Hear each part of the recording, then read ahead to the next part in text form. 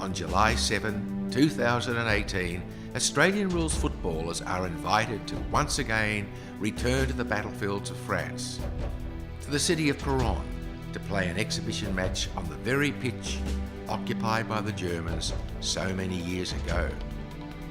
They will play in memory of all who died during World War I, but especially those Victorian footballers who perished in the final days of the war in the battles of liberating and Mont-Saint-Quentin. Men like Cliff Burge, who played for Melbourne, Fred Fielding and Tommy Wright, who both played for Collingwood.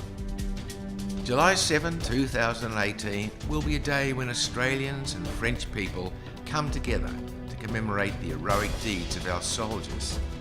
Visitors from far and wide will watch you play the game, and together we will all enjoy the post-match Aussie barbecue, live music and celebrations.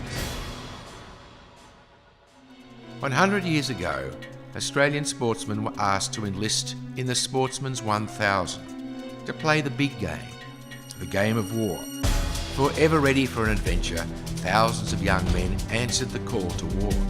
Amongst these were sportsmen of note, rugby players, cricket and tennis greats, swimmers and surf lifesavers. Australian rules footballers led the charge to enlist, and some 94 brilliant sportsmen from the Victorian Football League died on the battlefields of the Western Front and Turkey. Whilst at the front, the Aussies played sport whenever they got the chance. Cricket on the beaches of Gallipoli, rugby behind the front line in France, and an official game of Aussie rules whilst on leave in London. Aussie sportsmen fought in major battles on the Western Front between 1916 and 1918. Some 45,000 were killed, but only one body of the fallen lying in the poppy fields of France and Belgium ever came home. Australians have never forgotten those who died in the fight against tyranny. Each year thousands flock to the gravesides of loved ones they've never met to mourn and say thank you. Neither have the French forgotten.